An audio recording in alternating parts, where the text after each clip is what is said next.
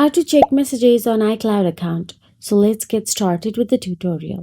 First of all, iCloud can store your iMessages and SMS if you enabled messages in iCloud. Open the Settings app on your mobile device. And once inside the Settings app, tap on your name or Apple ID at the top and navigate to the iCloud settings. Now in there, scroll down and you can see the iCloud option available.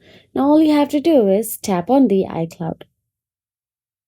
Once inside the iCloud, simply scroll down and you will get to see Save to iCloud option available. Tap on the See All. Then you can see iCloud Messages option available there. Look for it and simply tap on it.